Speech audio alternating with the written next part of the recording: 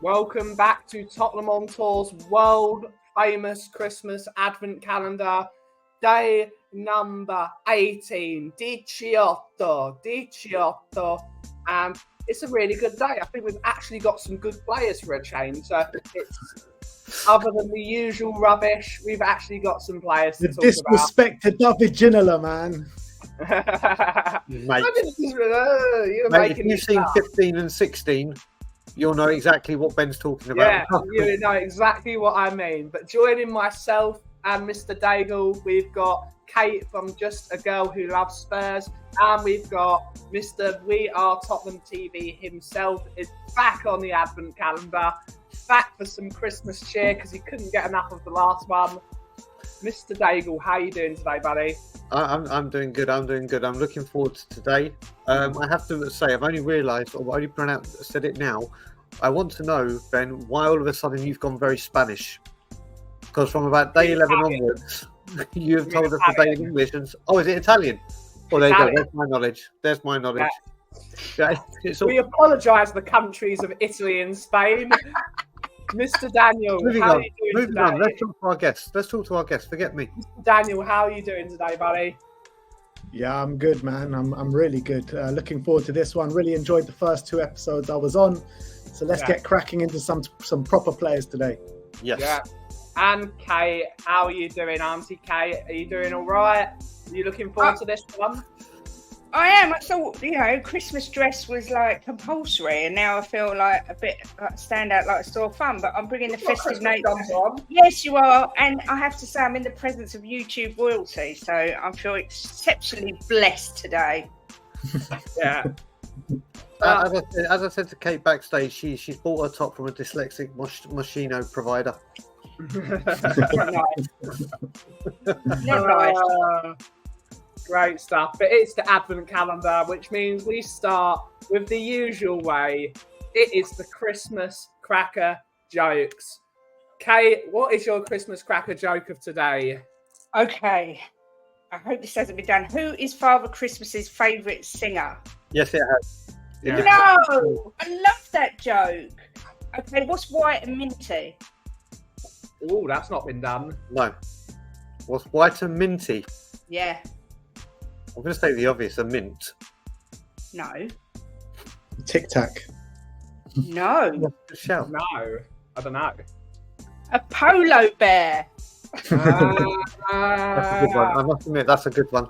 That's a good one. Mr. Daniel, you've been really good with these, so I'm looking forward to this one.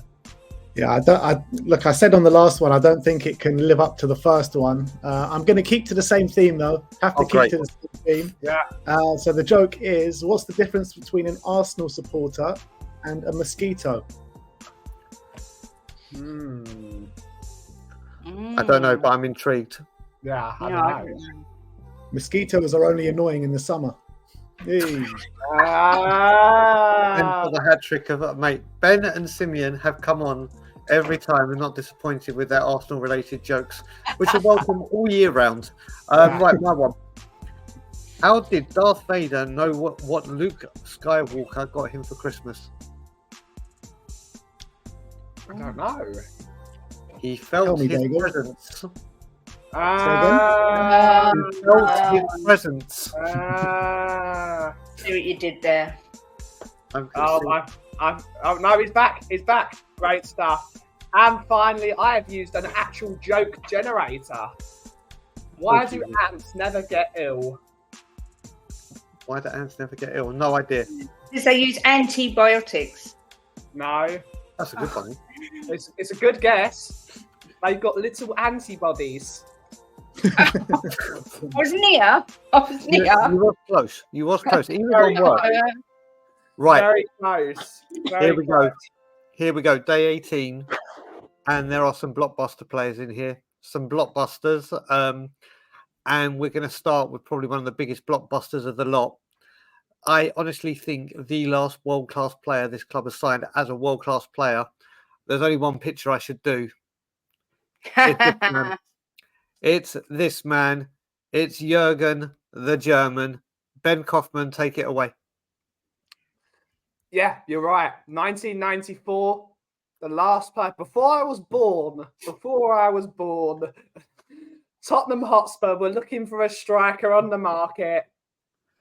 People looked at teletext, and then suddenly, out of absolutely nowhere, Tottenham Hotspur have signed Jurgen Klinsmann, World Cup winner. What a footballer he was! What a debut against Sheffield Wednesday! Just what a legend of the game!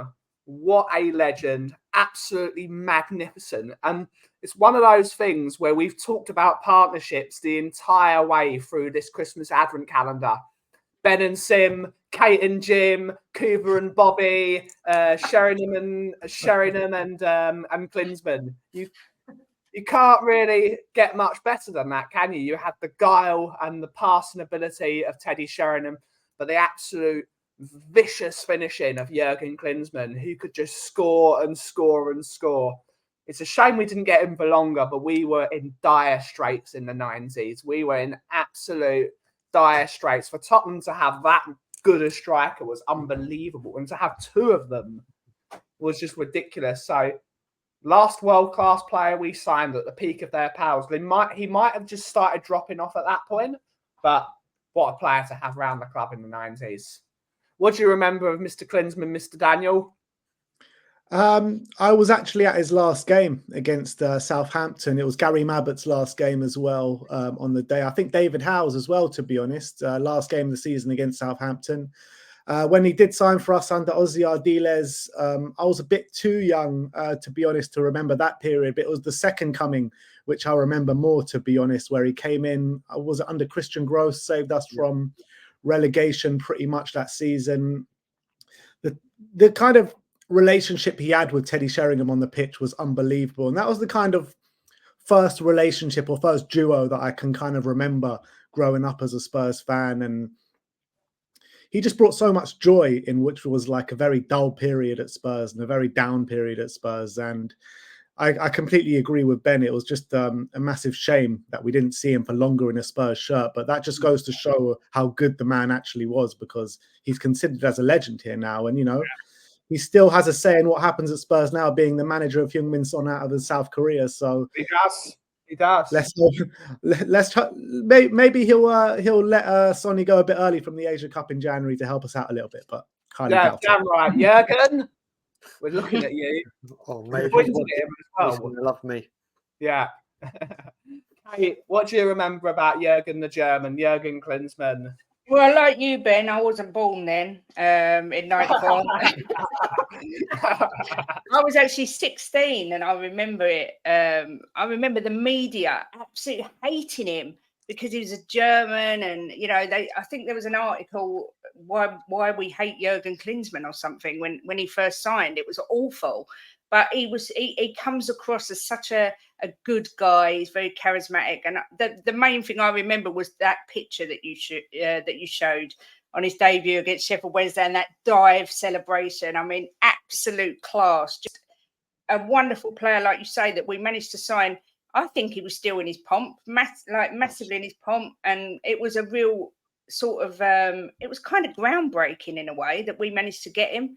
So yeah, I just remember him just such an exciting player, and like that time of being at Spurs was awful. I think wasn't Alan Sugar around at that time as well, and it was all a bit doom and gloom. So when he came in, it just lifted the club, lifted the fans, and yeah, just a fantastic player, absolutely brilliant player. Right, here we go. The floodgates are going to open now, because I cannot tell you how much I love this man. We are talking serious royalty for me here. When we saw it, well, first of all, the first time I ever saw Jurgen Klinsmann was in the Italian 90 World Cup. Mm-hmm. And I think Neymar must have watched How to Dive, because in that World Cup, the Klinsmann dives, the rollovers, I was like, what the hell is this? Didn't really think anything of him again. Then all of a sudden, this is when sports news was just breaking, so it wasn't everyone had Sky. CFAX was the one. Then there was pictures. This broke like wildfire. This is no social media. And for £2 million, Teddy Sheringham actually tells a very, very true story about this. He actually wasn't the first choice. I've heard Teddy Sheringham tell this story personally, and it's actually available on YouTube as well. Ozzy Ardiles went and spoke to Teddy Sheringham and goes, listen, I've got you a brilliant partner for this season, a brilliant partner. I've had a word. We're in deep, deep negotiations. This is happening. And it was Diego Maradona. Diego Maradona was coming to this football club. And then after what happened in the American World Cup, and he's getting banned and the whole cocaine stuff coming up again, they're like, listen, we've had to put out the club. Like, no, we can't do it. It will be a disaster. But he said, I have got you another one. And this one, it's done. This one is happening. And Teddy was like, well, it's going to have to be something big because you've just told me Diego Maradona. And he was like, it's Jurgen Klinsmann. And then this partnership, I still say, if this partnership played as long together as Sonny and Kane, these two are better. These two would have been. Jurgen Klinsmann came world class. You got to remember, he's one of the first foreigners that came to the Premier League, like the superstars. And opened the floodgates for so many. I had the privilege of being at Hillsborough when he scored that header. You've just got to look at the way he leaves his defender and puts that bullet of a header. I was there for the bicycle kick against Everton. I was there for most of his volley against Sheffield Wednesday, which is one of the greatest volleys I've ever. This man was just it. This man, and the greatest thing with him, drove the same Volkswagen Beetle everywhere he went. Never on the riches. This is when Ozzy Ardiles allowed you to go to the Mill Hill Copdale training ground. He would stop and talk to absolutely everyone. You got to remember as well, this guy came when we were docked 12 points at the FA Cup and avoiding relegation or getting lower mid to upper mid table was like our ceiling. This guy was nothing short of the biggest joy to watch next to Paul Gascoigne for me live. I didn't get to see Bale. This man was something special. Like Ben said, to come back and save us, because that's what he did. He came back and saved us. One of the most lethal finishers you'll ever see. And like I said, I just wish we had this man for longer. But then, Brian, you got to remember as well, like coming to Spurs at that time, for a world-class player to come to Spurs at that time is pretty much, you got to say, like a world-class player going to Everton or something like that. Right now. Yeah. You know, unheard of. That's not going to happen anymore. That's not going to happen. So, especially at £2 million, Ben. Especially for £2 million. So yeah, the genuine last world-class striker. But we go from one lethal striker who didn't stay too long for one that did stay long and was very lethal. And I know Ben, this is one of the numbers where Ben was like, yep, that's me because of this dude. But Mr. Kaufman. Yeah. I love Jermaine Defoe. I absolutely adore the man. What I mean, before you even talk about the football, just his charity work, the way he treated that lovely boy, Bradley Lowry, rest in peace. He's just a diamond of a human being. He's just a really top bloke. What a wonderful footballer. This is the era that really I started loving Tottenham, because this was when I was going regularly when I was a kid, and Jermaine Defoe was up front with Robbie Keane in those Kappa kits. It was absolutely amazing. Champions League, European record goal scorer until a guy called Mr. Kane turned up. What a brilliant striker. To beat Shiver's record then was absolutely unheard of. And then he came and he smashed it.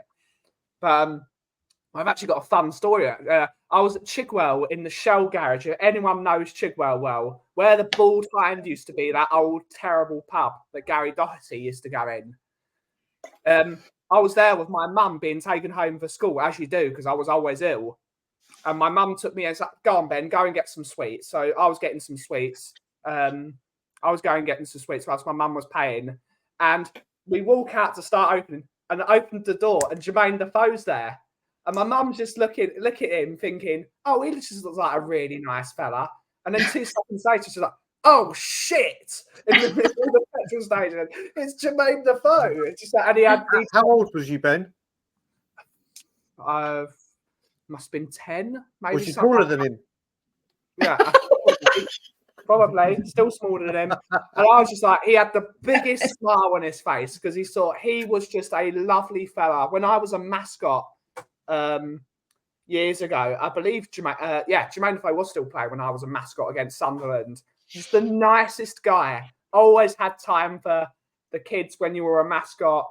He was just a brilliant human being, and he was a human. He was an actual human being. So when my mum screamed at him in the face, but because she completely and utterly forgot what Jermaine Defoe looked like, and then he was just always had time for Tottenham fans. Just a really nice guy. I've got all the time in the world for that man. Sometimes he goes next door and no one tells me, and I'm really jealous. He can come here for a coffee anytime he wants. Mr. Daniel, what do you remember about Jermaine Defoe? I remember a lot about Jermaine Defoe. I mean, when me and my brother were kind of younger, growing up and massively into Spurs, he was always a massive Robbie Keane enthusiast. I was always a massive Jermaine Defoe enthusiast. So when we used to like play in the garden, I always used to mimic Jermaine Defoe. He used to mimic Robbie Keane. Yeah. I hope I have got some video of him trying to do that Robbie Kill cartwheel, but look, that's besides the point. But Jermaine Defoe, when he joined us from West Ham, I just remember being so excited because he was a young boy coming through at West Ham, really exciting prospect. And he delivered for us straight away, pretty much. Dynamite finishing, fast, electric. I loved everything about him, to be honest. And that I don't think like there was a better finisher at the club for many years than Jermaine Defoe, to be honest. And it always broke my heart when he left because we won the trophy that year, didn't he? And or did he come back and then we won the trophy and he couldn't play in the cup final? He's still got the trophy. It counts. It's on Wikipedia. He's got the trophy. How many years later did he get it? Well, didn't he get it much later? No, he joined back that season. He joined when we were playing Burnley and he scored the goal against Burnley to put. Yeah, but it took a while for him to get his because they were saying that seeing that he played for another or seeing that he came from another club, it did take him a while to get that. He didn't get the medal on the final day. Yeah, it took a while, like Jimmy Greaves with his knighthood. Yeah, but he's got the medal. He's got the medal. That's all that matters. There are so many like standout moments for Jermaine Defoe. One that really sticks in my memory is that 4-4 draw with Leicester when he scored in the last minute of the game. I remember being sitting in the Park Lane end that day, and it was just absolute carnage when we scored that fourth goal.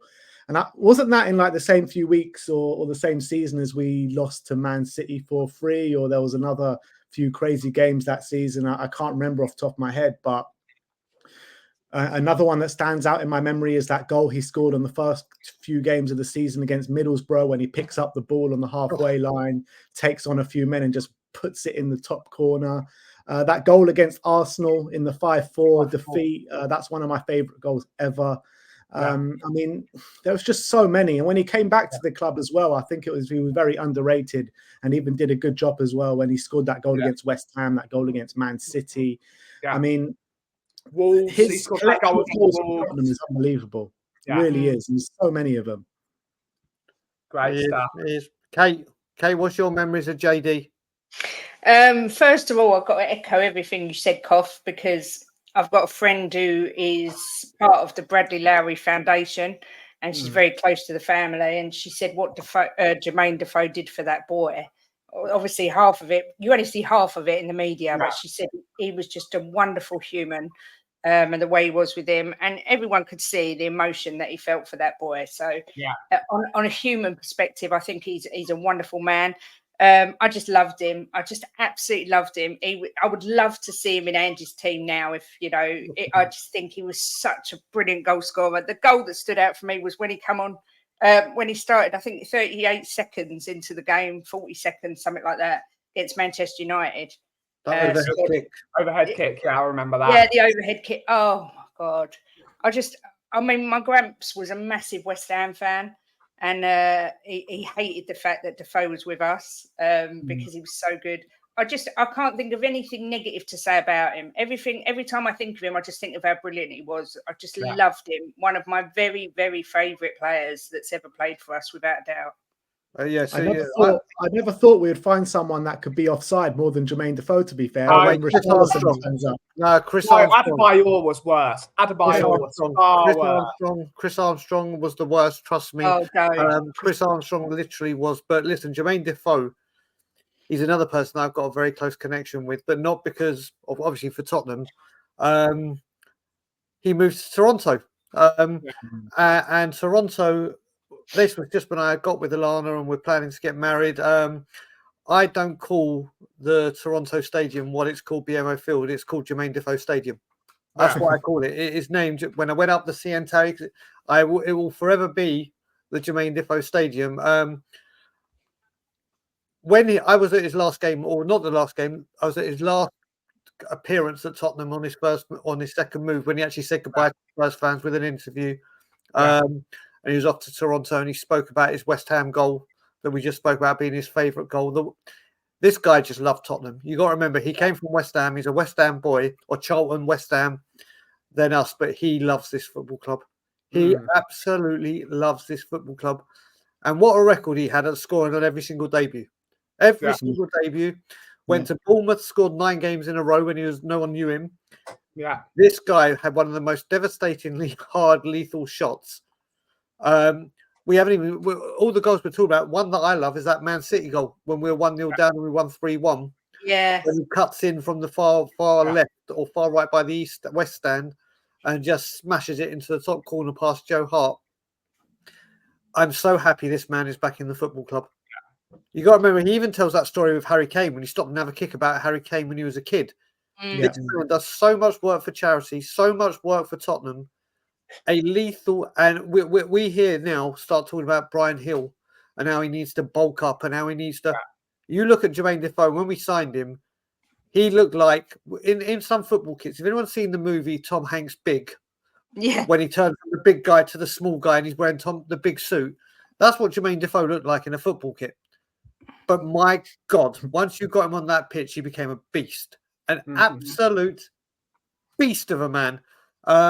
What a striker. Shame he didn't do as well for England as he did for Spurs. Yeah. And I know... Never got a chance, really. Not really. But what happens now is a player that was given the chance because of a certain chairman sending one player to Liverpool and one player to United in the same window, and you get rid of Berbatov and Keane.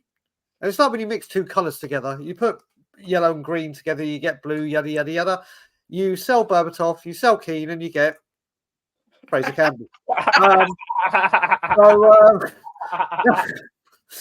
We had to have some comedy. It's hard. We have to whack it in. Let's talk about the 1 to 10 games. It's Fraser Campbell.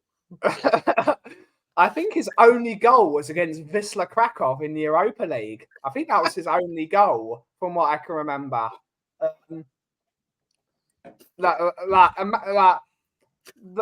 There is no words for Fraser Campbell. We sold Dimitar Berbatov and Robbie Keane, and we gave Juande Ramos Fraser Campbell.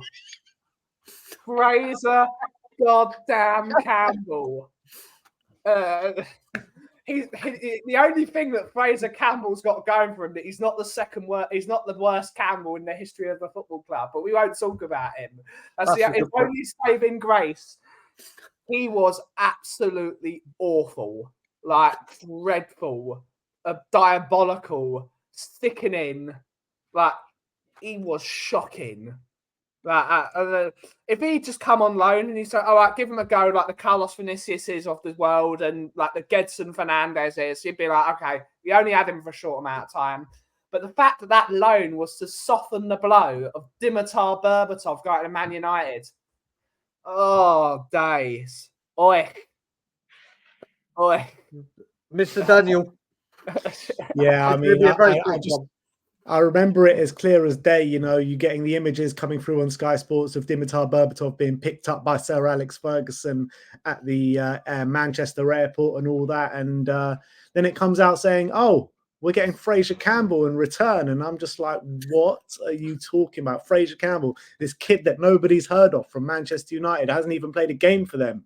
And he's supposed to be the one that is supposed to be replacing one of the best strikers we've had in recent years in Dimitar Berbatov. I'm like, 3 of them.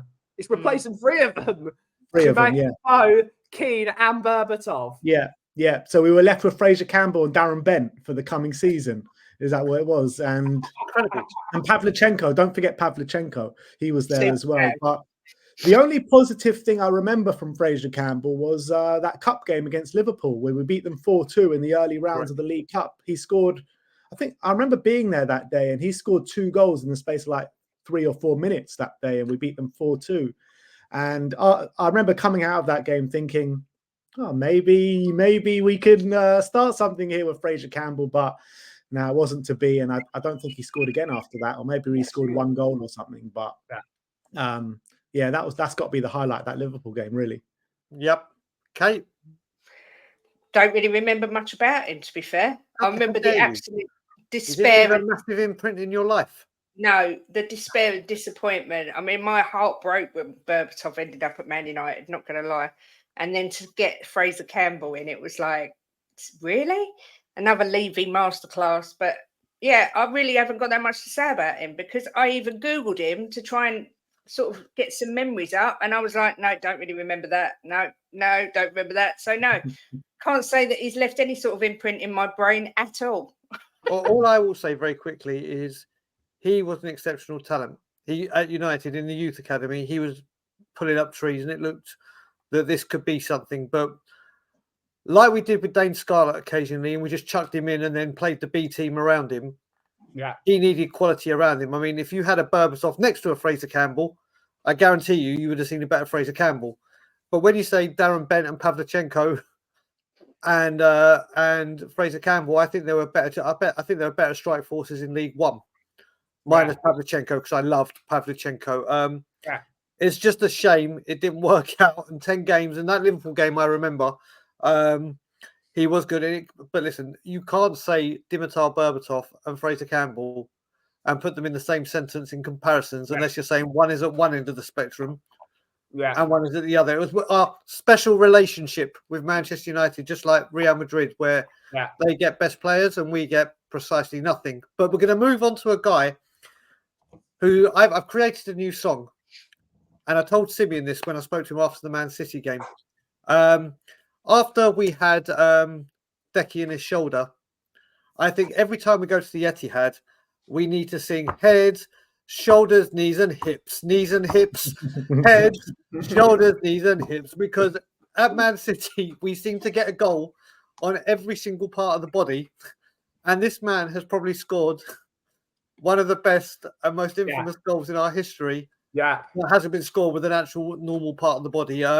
Llorente, Ben Kaufman. It was a brilliant signing for us. I mean, the games and the goals don't tell you the whole story. That Champions League season, when we got to the final, he was replacing Harry Kane because he was injured the entire season. And my God, did he step up? It's a game I talked about on day number 5 with Jan Vertonghen. Llorente, that game was absolutely unplayable, and got the winning, the 3rd goal in that game. He was absolutely brilliant. The involvement in the Ajax goal to put us into the final as well. Every single game he played in that Champions League season, he was absolutely top class. And you wouldn't think that signing an older striker from Swansea that would actually work out. But he was brilliant. He was a layer of class, held on to the ball brilliantly, and allowed Dele to play off of him when Dele was more in his better days. He was just a brilliant backup striker. And when we say backup, he's a striker that could actually push a number 1 striker, because he said, I've got all the experience, I've got all the know-how, I've got all the tricks in my bag. And he was just great. He was just a great player to have at the time, and he was brilliant. So that's all I can say about Fernando. He was brilliant. What do you remember about Mr. Llorente, Mr. Ben? I remember being linked with him about 10 years before we actually signed him, to be honest. And I remember being really excited at the time. You know, we're going to get this big Spanish striker, up-and-coming player. He's going to be brilliant. And obviously, it failed to materialize, as it always does with these kind of players trying to come to Spurs. 10 years later, we sign him as a 34-year-old. And I'm like, I swear we were linked with this guy 5-10 years ago. Why are we signing him as a 34-year-old coming from Swansea? Didn't really do it for Swansea either. And I'm just thinking, nah, this signing ain't going to work. It's just going to be another striker that comes in, doesn't play any games. And when he does play games, he ain't going to be any good. But I was wrong, man. I was completely wrong, because in that Champions League run, he was pivotal the whole way through. You're looking at the Dortmund game in the group phases. You're looking at the Ajax game. I can't remember. There was a few other games in there where he was very important as well, which I can't remember off the top of my head. And another player that should have started that final as well. He should have started that final. He deserved to start that final. He was perfect. Yeah, but you know what happens if he starts that final and we lose? Everyone's going to be, oh, why didn't you start Harry Kane? And you know what I mean? Yeah. So you're damned if you do, if you're damned if you don't, to be honest. But I remember his hat trick as well. Was it at Tranmere in the cup? Yeah. So I absolutely loved Llorente. And before that Champions League run, I was like a bit hit and miss on Llorente. But during that run, I fell in love with the man. And that Man City game, I can replay that in my head all day long, especially right at the end when Sterling's goal gets disallowed. Yeah. Unbelievable, though. Unbelievable. Hey, Well, me being my normal non-judgmental self, I was devastated when we signed Llorente and was like, oh, another donkey to add to the list. You know, I'm not going to lie. I remember saying it to Jim, and I was the same as Ben. You know, we was linked with this guy years ago, and we're getting him now. He's done. He couldn't score. You know, he's rubbish. And then, like you say, he was just immense in that Champions League run. I was dumbfounded, and I used the line that I used the other day, actually, when Richie scored a brace, which was, I've always rated Llorente. To be fair, like you say, he scored a hat-trick against Tranmere, and the season before he got a hat-trick against Rochdale as well in the Cup. So the best memories are from that Champions League run. I agree. He was on fire. He was full of confidence, should have started the final. But I also agree that Poch had no chance, really, because if he'd have started Mora and Llorente or whatever, we lose, he just couldn't win. No matter what he did, you know, he was in a lose-lose situation. But yeah, he ended up proving me wrong. I had mud on my face once again, which is quite common. And it proved to be vital to us in that season that we made it through to the final.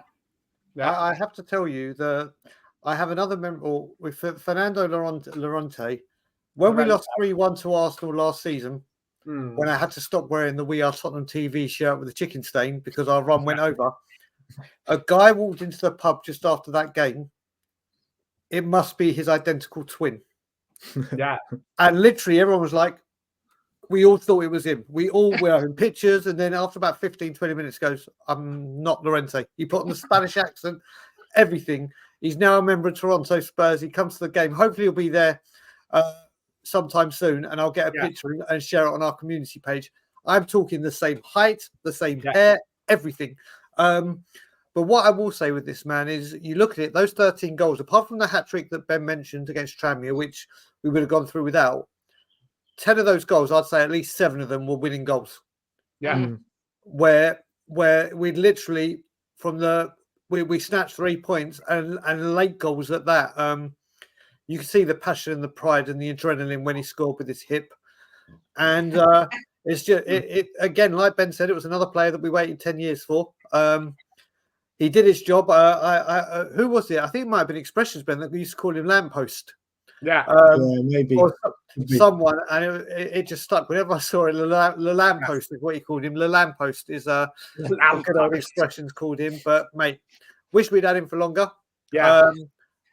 Wish we'd got him sooner. Seems to be a common theme around the last 23 years, but never mind. And talking about players that were in and out, I mean, he started this month brilliantly. At time of recording, sorry, before the month, he was fine. At time of recording, he's injured. Who knows who he will be by the time it comes out on the 18th? Broken glass, smashes. A watch is right. A broken clock is right twice a day. I think you could say that about Lo Celso. He's probably fit twice a season. Ben Kaufman, let's talk Gio quick.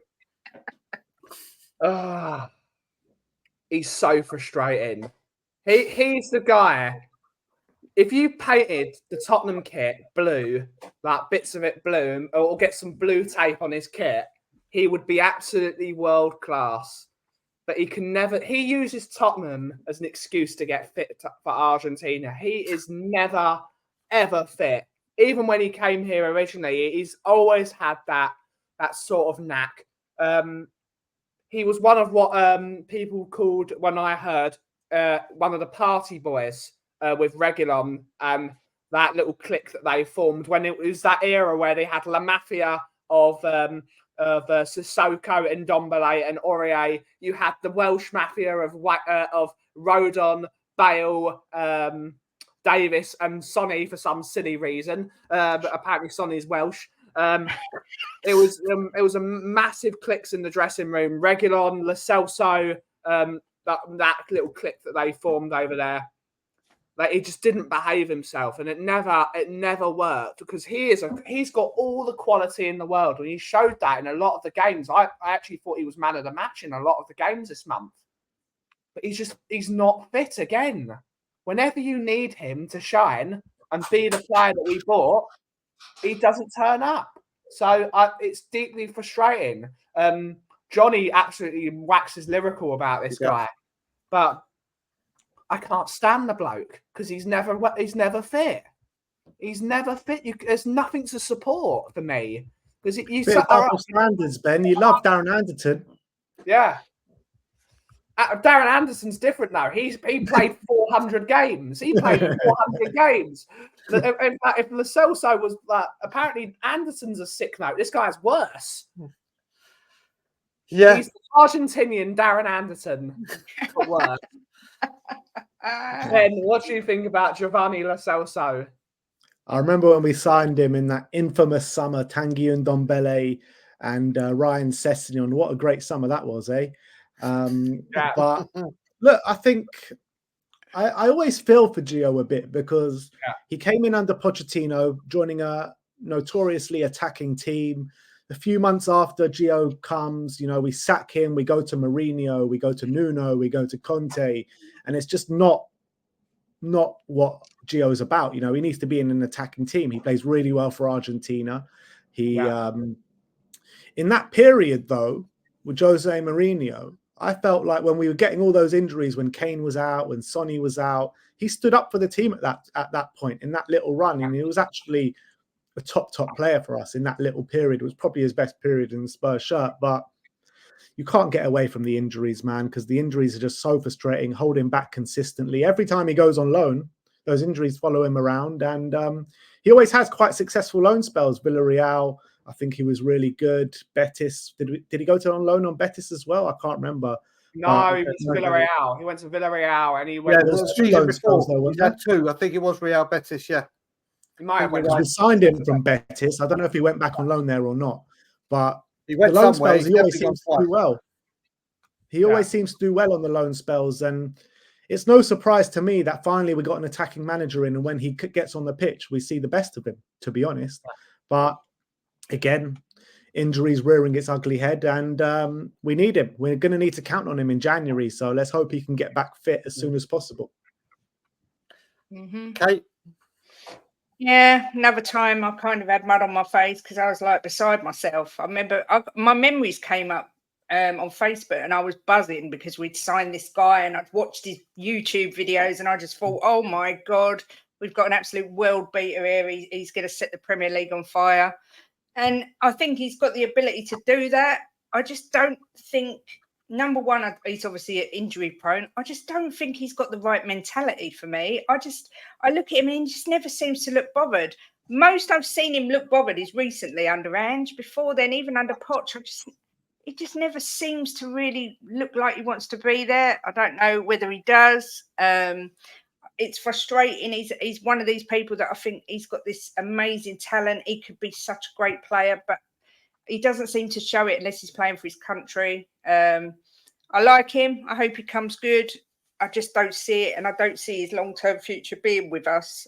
But I do remember him scoring his first goal when he came on, I think 40 seconds or something after coming on. He scored his first, against Man City, But it just frustrates me more than anything because number one of his injuries, and number two, I just don't think we ever see the full Gio that we all know's in there somewhere. Well, I will say that Man City game, we saw a miracle. We saw an Ndombele assist and an Lo Celso goal in the same game. I mean, I don't. That's got to be a collector's item. Listen, I don't know what more I can say. I'll say one thing with him, and then I'm going to use a saying that we used to say as when we were growing up. No, I've never doubted his ability. I doubt his ability to stay fit. And on that, I don't know if people will hear this terminology that I'm about to say, but in my neck of the woods and when we're growing up, the way that we would describe a really good-looking person, whether it be a girl saying it about a guy or a guy saying it about or whatever, the saying from we used to have this saying, fit from far but far from fit. Yeah. And that is exactly how I will talk about Gio. Yeah. He's always a fit from afar when he's away, but when he's with us, he's far from fit. Kate hadn't heard that before and is loving that. I've never heard that before. Oh, it's the perfect analogy for him. Fit from far, but far from fit. And that will wrap up day 18 in a very comedic way, won't it, Ben? Yeah, absolutely. Absolutely. It's just another one of those. But let's see where we can find everyone. Kate, where can we find you next, miss? I do my lunchtime shows every day at 1 o'clock, but next week, which is the week beginning, is it the 18th? I've got a show every day with a message from a Tottenham legend that has been recorded for me. I'm not going to tell you who the legends are, but so far, what? Bill Nicholson. God, that'd be something, wouldn't it? I have to get the Ouija board out. But yeah, I've got 6 so far, and obviously Wednesday night, me and Ben and Bobby Kay and Cooves are doing an extra special Christmas show. So yeah, all exciting times at the minute. Yeah, there we go. Mothership. Where can people find the Mothership? At the Mothership. We are Tottenham TV. If you haven't already, come and go and subscribe onto their daily Spurs content. Thank you so much for having me on today. It's been a good one today. Yeah, always. Always. Usual place you can find us, The Coffee Company, every day, 2 p.m, 3:30 on a Wednesday, chill streams. It's a good time, really. But from everyone here on Tottenham on Tour, we wish you a wonderful Christmas season. Please spoil yourself, chill out, peace and love to all. Thank you all so much for watching this video. Have a great rest of your day, and come on, you Spurs. Go, you Spurs. Come on.